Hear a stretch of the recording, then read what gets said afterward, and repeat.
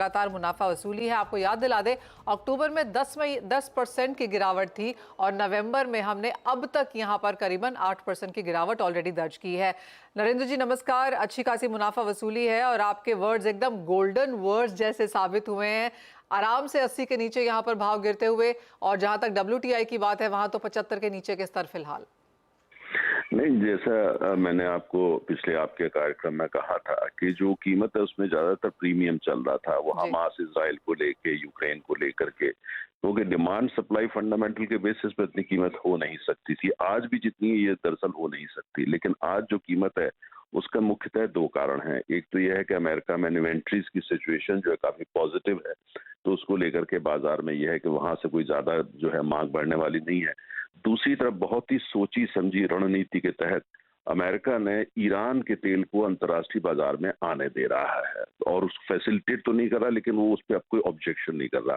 Sanctions वगैरह सबको जो है एक तरह से इग्नोर कर रहा है।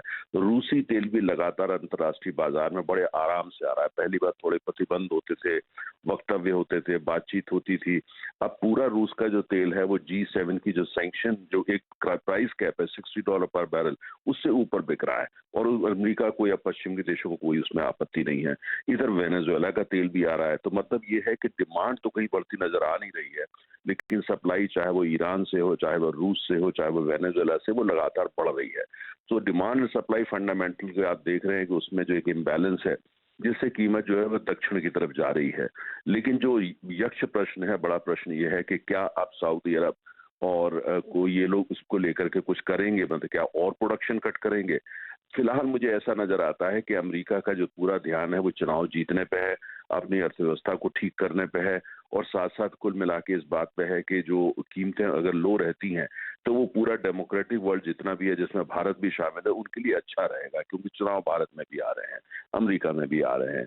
इधर हमने देखा है कि राजनीतिक अस्थिरता ब्रिटेन में भी है, और कुछ यूरोप के देशों में भी चुनाव आ रहे हैं। तो इसलिए कुल मिलाकर के मुझे लगता है कि जो तेल है वो कीमतें उसकी अभी लो रहने वाली हैं। हालांकि सऊदी अरब कोशिश करेगा और कुछ हद तक कामयाब भी होगा, लेकिन मुझे लगता है कि ये इतना बहुत ज्यादा प्रोडक्शन कट में वो नहीं जाएगा, क्योंकि ये जो कीमत नीचे जा रही है प्रोडक्शन कट के बावजूद जा रही है। इसका मतलब ये हुआ कि उनकी जो कोशिश है वो 100% सफल नहीं हो पा रही है। इसलिए मेरा अपना जो नजरिया वो ये है कि कीमतें अभी और नीचे जा सकती हैं, लेकिन $80 पार करेंगी एक सस्टेन बेसिस पे, ये फिलहाल ऐसा होता नजर नहीं आता है। क्योंकि इधर अमेरिका की कोशिश, इधर भारत जैसे बाजार की कोशिश, दूसरी तरफ हमास और इजराइल के बीच में थोड़ी सी कहीं आशा की किरण के होस्टेजेस को रिलीज किया जा सकता है, और दूसरी तरफ क्योंकि जाड़ा आने वाला है तो यूक्रेन का युद्ध आगे नहीं बढ़ेगा। तो ये सारे जब धरातल पे, हम जियोपॉलिटिक्स के धरातल पे देखते हैं, तो ऐसी कोई बहुत बड़ी चिंता कहीं नजर नहीं आती, और दूसरी कहीं से एकाएक डिमांड बढ़ जाएगी ऐसा भी नजर नहीं आता। इसलिए तेल की कीमतें वो लगातार प्रेशर में रहने वाली हैं। सऊदी अरब कोशिश करेगा, ओपेक कोशिश करेगा, $80 पे ज्यादा ले पाएंगे, लेकिन इससे आगे अभी जो है वो मुझे कुछ ऐसा खास होता नजर नहीं आता। ओके, तो फिर मिस्टर तनेजा, क्लियरली आपने ऊपर की तरफ के लेवल तो बताया कि $80 के पार जाने की संभावना नहीं है, प्राइसेस अंडर प्रेशर ही रहेंगे। 77 का भाव ऑलरेडी हम देख चुके हैं ब्रेंट पर फिलहाल। इन स्तरों से भी और कितना नीचे जा सकता है?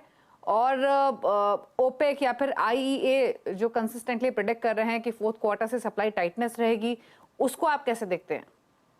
देखिए, ओपेक हो या IEA, ये कुछ हित हैं उनको रिप्रेजेंट करती है, तो इनके एनालिसिस, इनकी बड़ी बड़ी रिपोर्ट, बड़ी बड़ी चर्चाओं को बिल्कुल कोई ज्यादा ध्यान देने की जरूरत नहीं होती, क्योंकि एक मकसद से बोलते हैं, ये बाजार को इन्फ्लुएंस करने की कोशिश करते हैं। ओपेक और IEA विकसित देशों की संस्था है, ओपेक ऑयल प्रोड्यूसिंग कंट्रीज की, और इन सबके जो प्रोजेक्शन रिपोर्ट्स किसी मकसद से होते हैं, तो उनको मैं ज्यादा तवज्जो नहीं देता।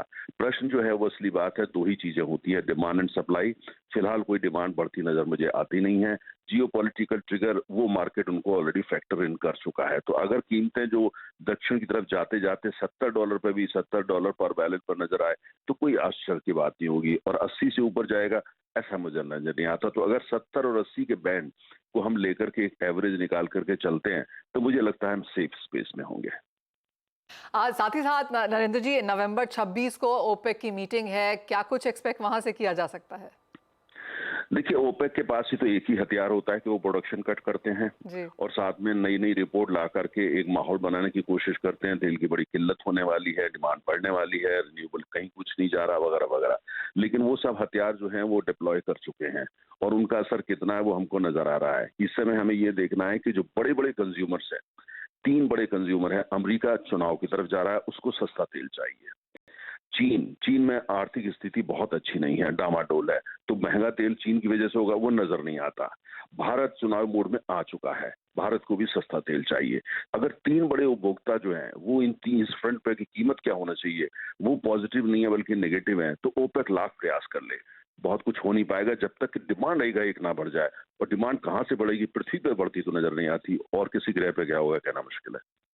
हाँ राइट, वो सही लाइन थी।